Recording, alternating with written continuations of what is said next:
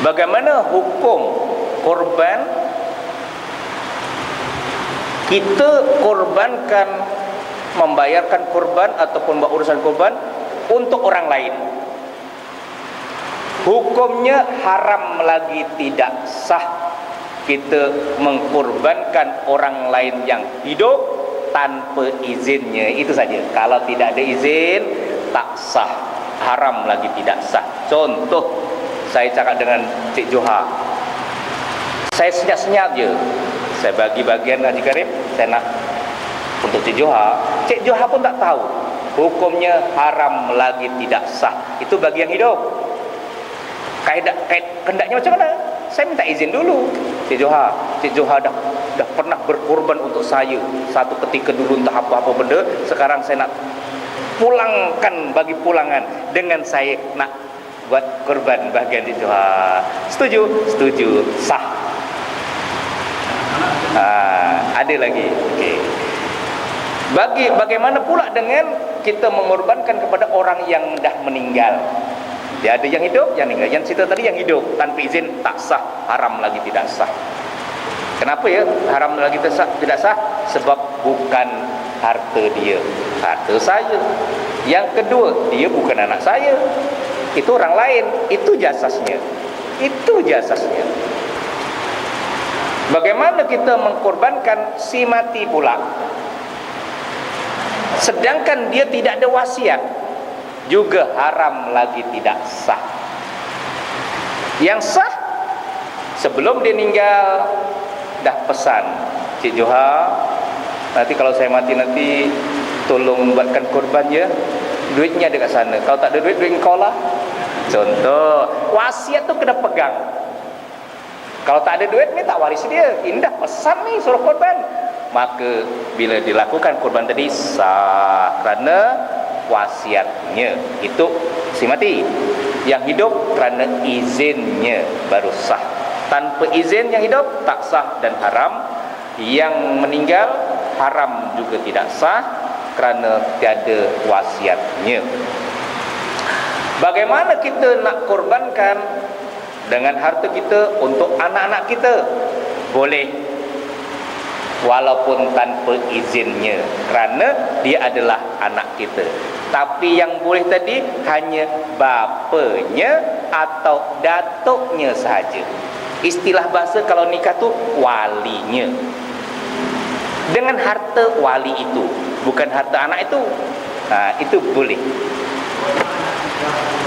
Wa'ima sudah berumah tangga sekalipun, kerana dia wali. Cuma kalau sudah berumah tangga, dah ada harta benda, patutnya dia korbankan daripada hartanya sendiri. Soalannya sekarang ni, kalau bapanya nak mengkorbankan kos ataupun urusan tadi daripada hartanya, boleh, kerana itu adalah walinya. Ya. Tanpa wasiat. Dia dah nazar, dah tunjuk. Okey. Meninggal. Kita pun sembelihkan dia, sedangkan dia tak ada pesan untuk sembelih, tapi dia dah buat proses awal sebelum meninggal, maka sah. Kenapa? Pulangan. Orang tu dah tunjuk, itu adalah lembu yang saya nak korbankan. Belum sempat dikorbankan, baru 8 Zulhijjah meninggal orang tu. Adakah boleh diteruskan?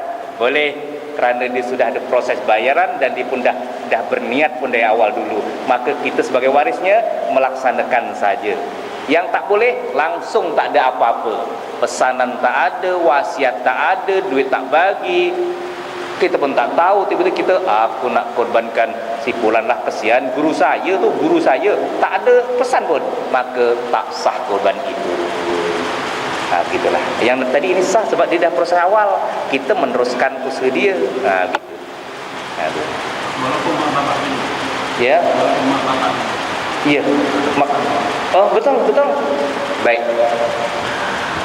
Si mati tadi, walaupun bapak kita, walaupun mak kita, oleh kerana dia tidak berpesan, tidak ada wasiat, juga tidak sah. Bila sebut matinya, kita kena pegang terus, ada wasiat atau tidak. Itu je. Yang hidup kita pegang terus, ada izin ke tidak. Itu saja. Yang tanpa izin, sah korbannya hanya untuk bapa kepada anak, datuk kepada cucu. Itu saja. Wah. Ada yang dapat dalamnya kita korban niat hadiah. Itu pindah pendapat. Asasnya memang tak boleh. Cuma oleh kerana kita nak meletakkan satu penghormatan ataupun orang kata jasa dia, datuk nenek ke siapa seseorang tadi, suami ke siapa ke, tak ada niat pun, tak ada wasiat pun, dah meninggal, dia kena pusing kaedah. Pusing kaedah itu pendapat tu. Asasnya begini tadi itu pendapat yang lain menyatakan kita boleh korban, tapi sebenarnya untuk diri kita, korban duit kita untuk diri kita, hanya kita sedekahkan pahala saja kepada si mati. Sebenarnya korbannya untuk kita, cuma kita hadiahkan saja pahala korban tadi untuk si mati. Dia dapat ganjaran pahala, bukan korban yang mutlak.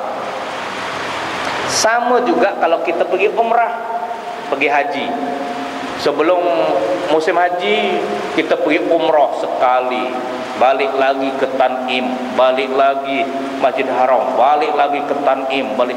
Jadi yang pertama, kedua, kita fikir-fikir yang pertama untuk kita. Yang kedua, saya sudah sedekahkan umrah ni untuk nenek saya, datuk saya. Sebenarnya yang sedekahkan bukan umrahnya, pahala umrah. Yang tadi bukannya korbannya, pahala korban. Begitu. Itu yang tadilah. Setidak-tidaknya kita korban, tapi tak boleh sebut. Ingat, sebagai peringatan tak boleh sebut. Haji Karim sebut korban ini adalah kepada almarhum Fulan bin Fulan. Yang tak diizin tadi sebut pula kepada almarhum Fulan bin Fulan. Tak boleh. Sebutnya macam mana? Korban ini adalah kepada adalah korban Cik Johar dan pahalanya untuk almarhum Fulan bin Fulan. Begitu. Tak sebut almarhum pun tak apa. Yang tukang hadiah pahala Cik Johar. Jadi korban ini adalah untuk Cik Johar, Haji Salim, Cik Sani contohnya. Tapi yang niat untuk sudah pahala, hati dia lah. Gitu. Nak sebut sekalipun tak apa, Cik Johar dan pahalanya akan diberikan kepada. Tapi itu ambil ikhtiar tadilah. Dah tak dapat korbankan dia, kita bagi pahala korban sajalah. Macam itulah. Gitu. Serupa juga macam akikah. Akikah ini adalah kewajipan ibu bapa, betul ya? Ibu bapa. Korban adalah tanggungan diri dengan harta sendiri. Sebab tu kena izin-izin tadi. Harta sendiri dan kemampuan sendiri. Tapi akikah adalah tanggungjawab mak bapak. Tetapi masa itu mak bapak tak mempunyai harta yang berlebihan ataupun tidak mampu untuk berakikah. Anak tu pun dah dewasa. Tiba-tiba bapaknya kata, engkau, aku belum akikahkan. Belum. Dah besar dah, beranak pinak. Bagaimana hukumnya kalau orang itu mengakikahkan dirinya sendiri? Sah.